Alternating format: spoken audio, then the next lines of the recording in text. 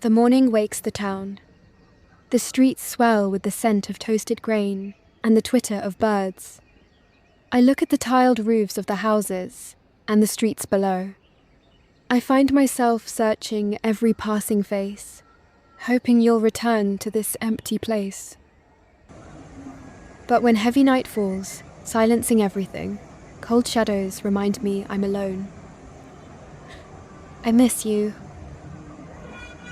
Have you ever noticed the buttons in an elevator? 1, 2, 3, 5. The space between 3 and 5 is just air, a gap, a held breath. They say the number 4 is unlucky, death. So we erase it. We pretend it doesn't exist. But you can't erase a person, can you?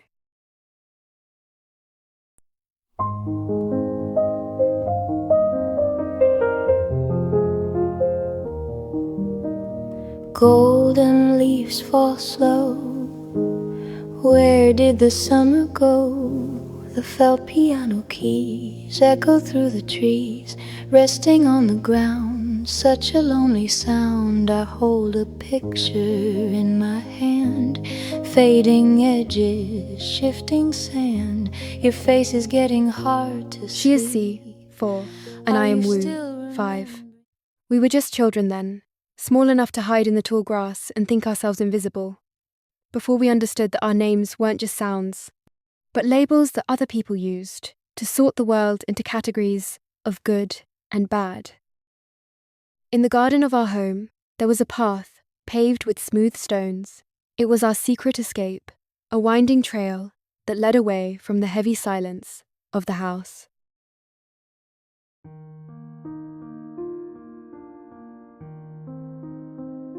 It leads to a grove full of blooming flowers. We would run hand in hand down the path, laughing and playing games that had no winners, only stories.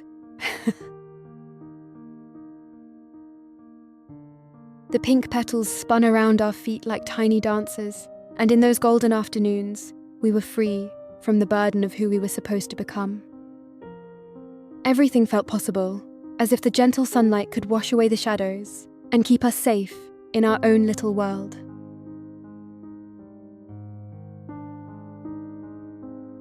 Here I am today, standing on the same path where we once ran. The pink petals still drift through the air like tiny dancers, but the silence is heavier than ever. The garden is now a museum of a life we no longer share, a collection of echoes where your voice used to be. I reach out to catch the light, but my hands remain empty. Sister, I miss you so much. 你看，它们什么时候才能变黄呀？等它们变黄了，我们就把它们摘下来，做成好喝的。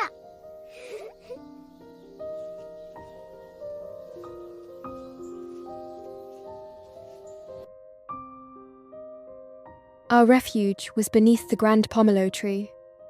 We would sit there for hours, peeling the fragrant green fruits and sharing the sweet segments. Under those branches, the rest of the world and its harsh whispers vanished, leaving only the two of us wrapped in a safe cocoon of quiet understanding.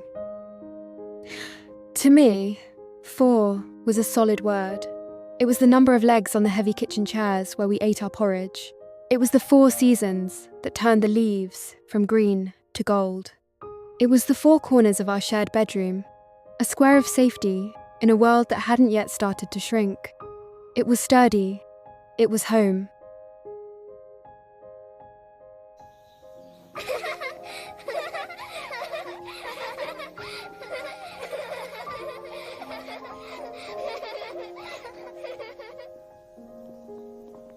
As dusk settled, we walked hand in hand along the familiar garden path, the smooth stones still holding the day's warmth.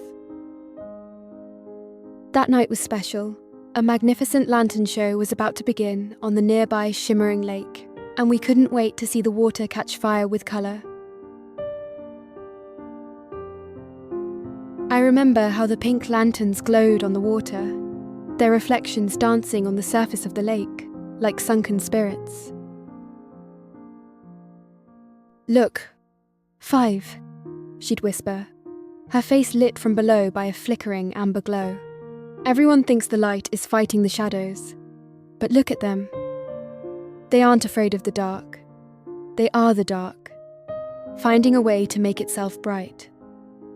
I didn't know then that she was talking about herself. I just watched the light leak through her fingers and wished the night would never end.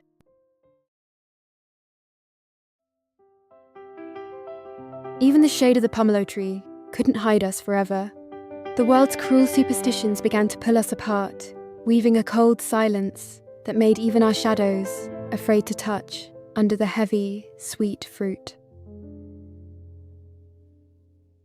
First, it was the whispers, sharp and cold like a winter wind. "Don't play with her," they'd hiss, pulling their children back into the light. "She's bad luck, a shadow that will stain anyone who stays." Then, the teachers. "Why don't you sit over here, dear? Away from her," they would say, treating her presence like a cold draft, a quiet misfortune they were determined to keep from spreading. I didn't understand. I just wanted to be with my sister, to keep our world small and safe. But I couldn't. We had to take different paths. That was a grey day. The sky was heavy, and the air was thick with the smell of rain. She travelled far away, to a big city, and I stayed in our hometown. We exchanged letters every now and then, fragile slips of paper carrying the heavy weight of our shared silence across the distance, each word acting as a bridge across the growing void between us.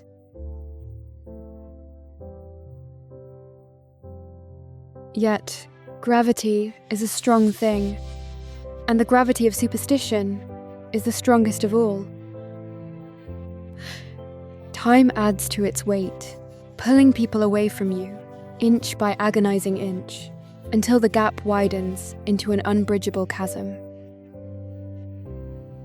Soon, there is an entire ocean of silence between you. We were caught in that pull, drifting apart until the sister who shared my life became a fading echo in a distant city, unreachable and lost.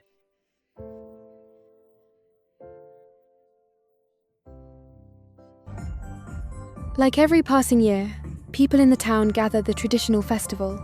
They dance around a roaring bonfire, its orange sparks dancing toward the stars. The air is thick with the scent of pine smoke and communal joy. They laugh and sing, praying for health and fortune. But this warmth is a wall.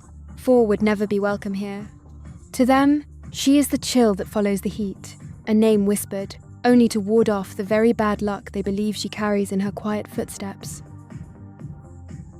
I stand on the periphery, the heat of the fire a reminder of the warmth we once shared. I watch their shadows dance, distorted and wild, while I remain a static silhouette. They celebrate a future she isn't allowed to have. Their song's a barrier I cannot breach.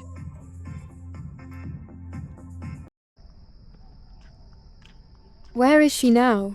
Is she lonely in that vast, indifferent city, lost among the towering glass that never knew her name? I walk along the overgrown path where she finally left the town and me behind, my boots crushing the dry leaves that sound like her old letters. The silence here is heavy, pressing against my chest. Was it always this quiet when she was gone? Or did she take the last of the music with her, leaving only the static of a world that refused to hear her song? Did she ever find a pomelo tree in that city? Did it shield her from the rain? Or is she still standing uncovered, searching for a shade the city refuses to provide? At the end of the path, where the earth finally surrenders to the liquid glass of the lake, I get on the old wooden boat.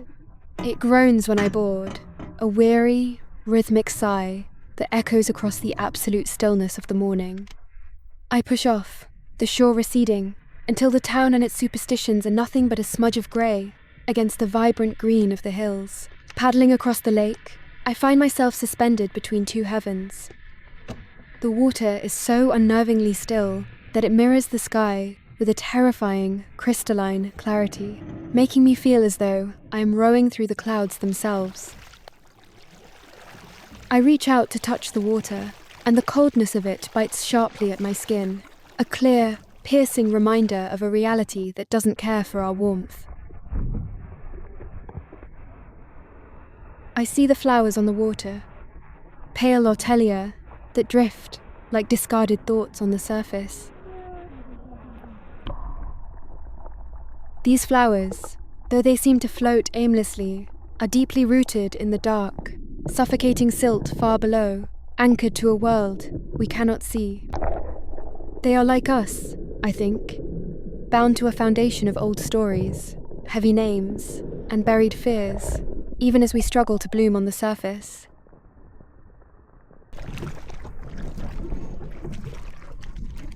On the day she left, the lake wasn't this peaceful glass mirror. The sky was a heavy, bruised weight, and the wind howled with a restless, biting grief. Did she see the atelier then, or were they lost in the dark churn? Did she feel the cold, or had the town's icy silence already numbed her to the bone? I hope she found the city to be a place where her name didn't carry such a heavy weight.